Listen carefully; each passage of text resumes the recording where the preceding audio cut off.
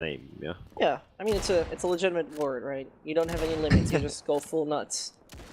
And that's what we might see from the side of Celine, which is, by the way, a British car producer, if I'm not totally wrong. Made some very nice cars back in the day. But first of all, as the knife has been played out, we're now just waiting up until we finally can get ready and start it up for our game number 1. I feel like jump shooting is also very easy in this game. Yeah, everything fast-paced is very easy in this game. I mean, jumping around the corner and then going just for shots, I mean, dude, in Counter-Strike doesn't work. It works so well here. And this is what messes with my head, mechanically speaking, right? You can also just go drop shot and such. Do you know what a drop shot is? Nope. Oh, okay. A drop shot is basically when you lay down on the ground while shooting. You should really get the... You should have played some Call of Duty, at least back in the day. Modern Warfare 2 was the thing. I wasn't allowed, you know. I wasn't that old, so when I got into gaming, when Call of Duty was like super popular, I was like, 13, 14 years old or something. And from a pretty conservative family, I wasn't allowed to play any shooting games. Yeah, me neither. No Grand Theft Auto, none of that fun stuff. I had to go to friends. Only the friend games, you know. I played Minecraft. Yeah, Minecraft was good. But there we go. Finally, we're starting up. Let's take a look at the tickets as we're having it right here. Right side, the MP40 going through the spikes. Lex is on the car. The big boy gun. And after starting up, there we go. Finally starting with the bomb being picked up off the site of Limitless on the right. It's Impaler moving out, and there comes the first grenade. Big damage there onto Birdman. Haunter as well as Celine also had a little bit of problem with the HP, but they can retrieve it right now as the regen is in. This is looking good right now for the defending site. I think I don't have the auto spectator on.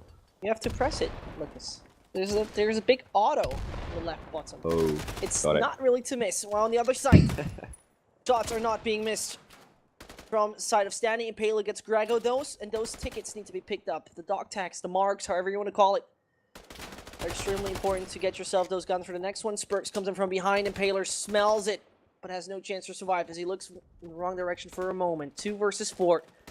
50 more seconds are back on the board for Celine and Haunter. As the Springfield, as well as the Corbine. Now back to the Thompson, gotta do it.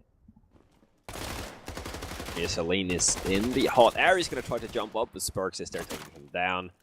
Now, only Haunt left, according to my calculations, which usually are pretty accurate. Now there's nobody left. So, first round going in favor of Axis. Yep. The Axis. Pretty much like that.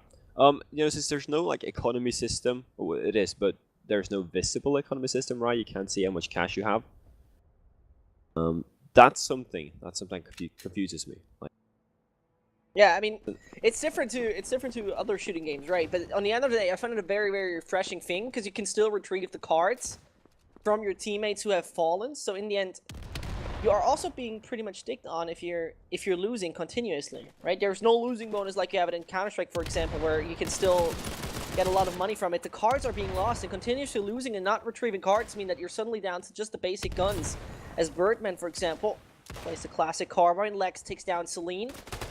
Counter-Strike player for Mythic. As there, JC Stanley makes a lot of jump shots and finds a few there. Birdman, the last man alive. It seems like the defending site of the team of Lex is taking a good lead as Pure is already up 1-0, but should be able to get Birdman right away. Yep. They are being continuously cautious. They know he's in there. Foxford had him on his map earlier, trying to kill him, and now Foxford is sneaking up behind. Yeah, he's going to get closer, buddy. He's going to get the kill, and it's going to be Spurks doing the job. So that is 2-0. Actually, the terrorists, as I'm used to say, the Axis. The terrorists. That's not nice to the Germans. Not nice. Okay, definitely. I can't say that. It's weird, right? It's not 100% like they're terrorists. It's just the Germans versus the Americans. I don't think that works to say they're terrorists. But anyway. No, it's just sort of a mechanism for me to, once he's on the bomb, to call him a terrorist. But in the end, there it goes. 2-0 lead right now for the site of the player of Mythic Counter-Strike. As Lex there in the NA scene, quite known. On the other hand, switching over to Battalion might be a bit of a change, but it can work as we're seeing the 2-0 lead is on their sights. And Impaler takes a lot of ground in the front. There though, Celine finds finally an entry as Lex falls. The Spurks with his MP40 is not successful yet. No one's gonna push up on him. Relane gets taken out and Impaler fries another one. Grego gets him and there's the MP40 being lethal as hell. As it is Spurks down to 12, but another one has been found. The player comes in close. The card has been picked. And now Celine has to lead his team in a 2v2. Getting backstabbed there, gets tagged up, and there we go. He was stuck in that apartment, so he's going to go down. Grego with the shotgun close range. He's going to be very lethal to face in these narrow paths of the apartment. I can look of where Impaler is. Yeah, he's over there getting right by Foxfrag goes everywhere, but it runs out of bullets, which gives Impaler a good opportunity to get that frag. Now down to 1v1. They're trying to get closer. He knows that Grego was in these apartments at least, but challenging a guy that had a shotgun is probably a pretty dangerous idea. Grego has relocated though, and now with 3 seconds left, he has to do something, but not much to do without the bomb. Where was the bomb? That's the question. Yeah, and there we go. As we take a look on the left, well, Sniper class fully out of the ecosystem. Impaler and his mates. They basically go for the standard issued rifle, the carbine in that situation. Well, the Germans, they're quite good with it. They are indeed, so a quick 3-0, and you know, I'm just looking to see how this impacts the Americans' economy, to see if they're going to have to play with the slightly less fancy guns. Looks like they're pretty good to go so far, though. There, Impaler with the Thompson in hand gets the first.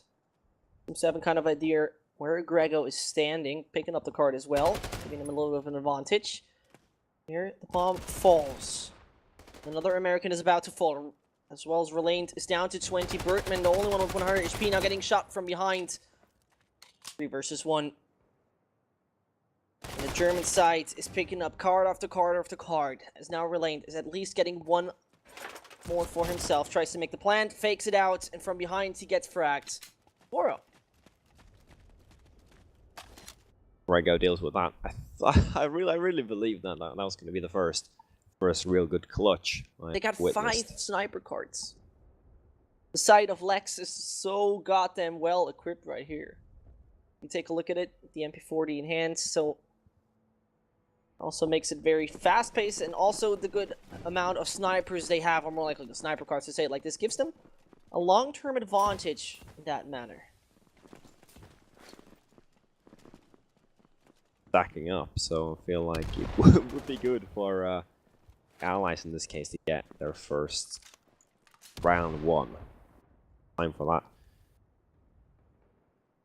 And they're still pretty well equipped, so this can't be the round.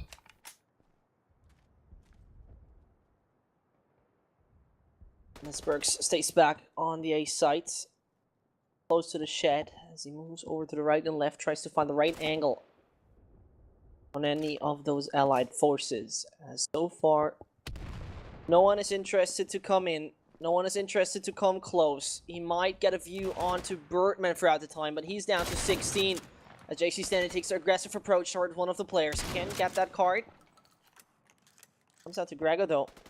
Make it happen in close range. As there's one single player alive, he gets taken down to quite low HP, makes a jump, not the knife, but in the end, the assistance is there. As Lex is finishing him off. They're going for a strong lead. Yeah, and I was like, okay, well, can this be the first round? And then that was probably the easiest round that this far. Survived with all members. And they're just continuing, and if we look at you know, the difference in the amount of cards, it looks very, very grim for the allies.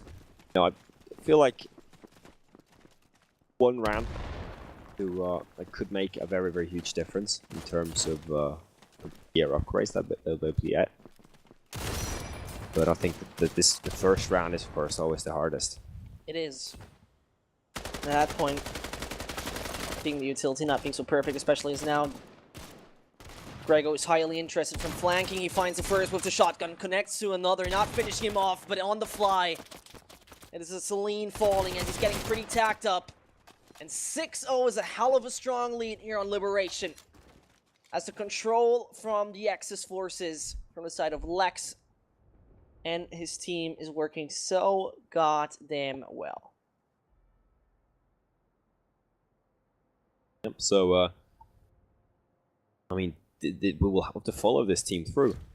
We don't know if they're going to win yet, but this is a weekly tournament, of course. And it seems to be on the right track. They seem to be on the right track. I mean, if we see them continuing to perform like this, it'd be very interesting with this weekly format to be able to follow the teams on their journeys, as well as you guys might perhaps follow us casters on our journey of learning the game properly. Yeah, we acknowledge that we're not all-knowing. We're not the best casters. This is our first time. We're working on it. Exactly. So I understand, you know, when you go into a game and you expect people to be already aware of it. In the end, yes, that is our idea. But first of all, Birdman is the last man alive with the bar in hands. He needs to find 4. Gets a really good shot there onto Spurks. And at that point in time, it could be just the head. He rips off Denial from Grego. And they're not stopping there. Even the Pathfinder card is being picked up. That gives another additional MP40 in the hand of Spurks. JC Stan does the same, who takes a lot of ground towards mid-tank most of the time, as the smoke covers him up to even go so close to the enemy lines. And as we see, there's no more HE. More likely, no more HE card for those American forces, for the side of Celine, who's the one carries the classic carbine. Bomb is onto Haunter. So we're going to see how it will go now. If they finally get that bomb plan, especially a first round at the beginning, that would help them out so much to at least get that moment where they see, okay, we're still in the game, we can still make this possible. It's a long way, but we're alive. Yeah, so finally, the first frag in favor of the Allies. Maybe this could be the round. Grego, though, has already had a fair share of the kills. The shotgun usually, but now. Oh, this tight angle from Grego, though. As it's getting very, very tight at that point of time. Only Celine alive and the only American soldier right now on the battlefield. There we go. I'm just gonna stop with my optimistic. Like, okay, they got the first kill. Maybe this can be the round. I'm actually the one who's usually optimistic of us. Yeah, I don't know. Take a look at the cards, though. Oh. Celine, the only one with a little bit of an upgrade as he gets himself Infinite needs, Jesus. Yeah. Well, everybody does. Word. Never mind. Genius player, ladies and gentlemen.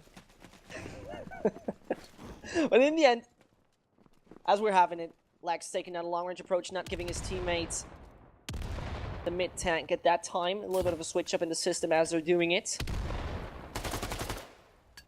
As it goes, I don't know how to feel about this. As once more, players are falling left, right, and center. A man-equalized situation is finally established, and that could be Limitless. Now they can control off that A side if they like.